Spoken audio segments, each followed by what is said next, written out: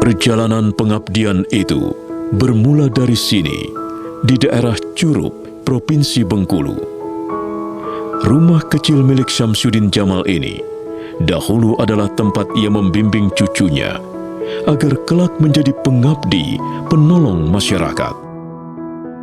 Kalau dia libur sekolah, mulai dari SD gitu dia, pasti dia pulang ke tempat kakeknya ini.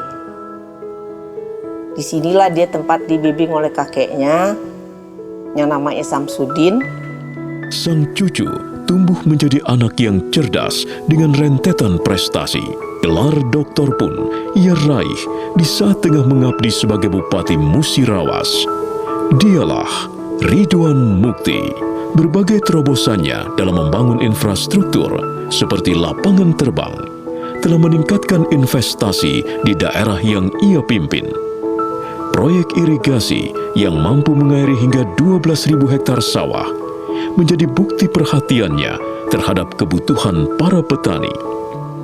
Konsep Darussalam yang ia kembangkan telah menciptakan masyarakat yang agamis, sehingga kehidupan pendidikan dan ilmu pengetahuan berjalan selaras dengan kebutuhan rohani para warga.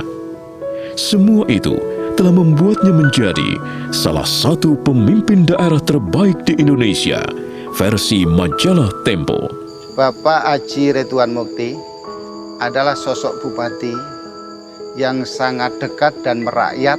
Dulunya infrastruktur jalan di kelurahan kami, jalannya banyak rusak, banyak berlubang, sulit dilalui. Alhamdulillah jalan sekarang sudah hotmix semua.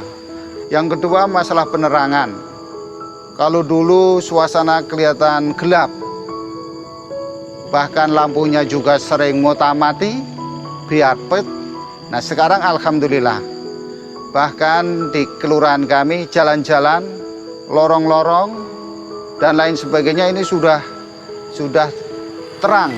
Kalau listrik masuk ke rumah tangga, maka inilah ukuran kesejahteraan masyarakat. Alhamdulillah listrik di semua desa yang ada sudah teraliri listrik PLN.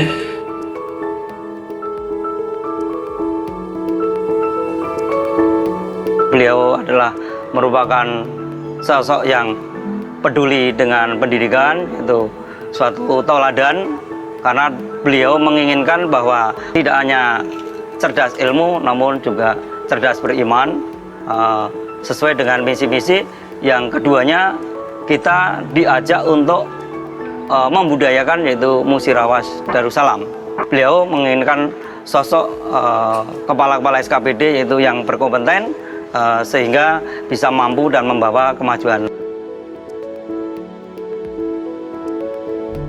Saya sudah menjabat di sini hampir 10 tahun. Memang Bapak Bupati memilih jabatan di sini bukan memilih asal kenal, tapi dia memilih profesionalnya.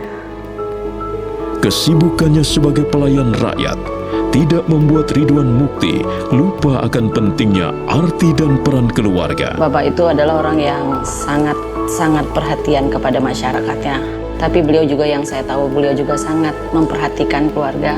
Beliau berusaha untuk menyisihkan sebagian waktunya untuk berkumpul bersama kami. 10 tahun beliau memimpin, beliau memberi contoh yang baik, baik itu kepada masyarakat maupun kepada kami keluarga, bahwa tanggung jawab itu adalah salah satu amanah beliau dalam memimpin. Karena dari kecilnya saya tahu cita-citanya itu tinggi, tingkat sosialnya juga tinggi. Saya bilang sama Ridwan, coba kamu Wan, perhatikan juga dari asal ibumu. Kamu coba bangun Bengkulu.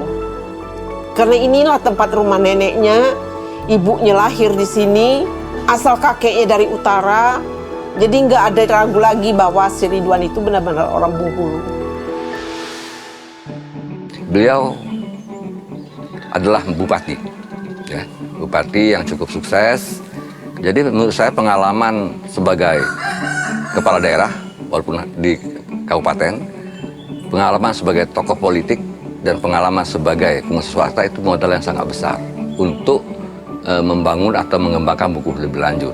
Karena sampai saat ini kami melihat Bengkulu masih banyak yang perlu dibenahi.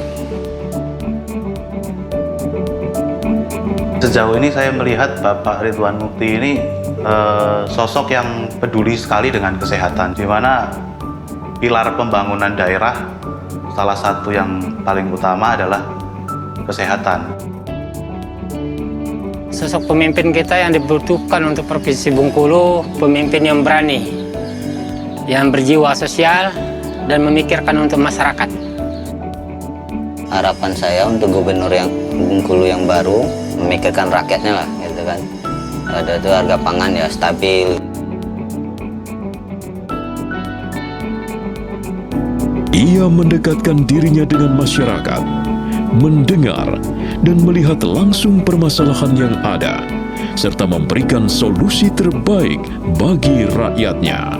Kami dari pedagang kecil ingin mengharapkan untuk memajukan pedagang kecil dan bisa menata pasar ini dengan baik.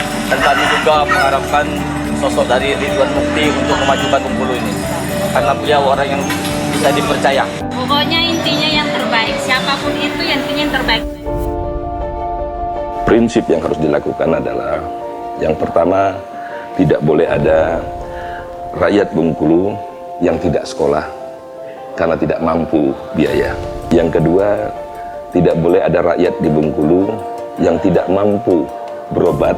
Yang ketiga juga kita menginginkan agar rakyat di Bengkulu dengan kondisi yang sekarang tidak mati kelaparan. Nah, untuk itulah yang tentunya tekad yang paling esensial adalah meningkatkan kesejahteraan masyarakat Provinsi Bengkulu dan membawa Bengkulu bisa sebanding dengan provinsi-provinsi lain di bagian barat Indonesia. RM, maju bersama harapan rakyat.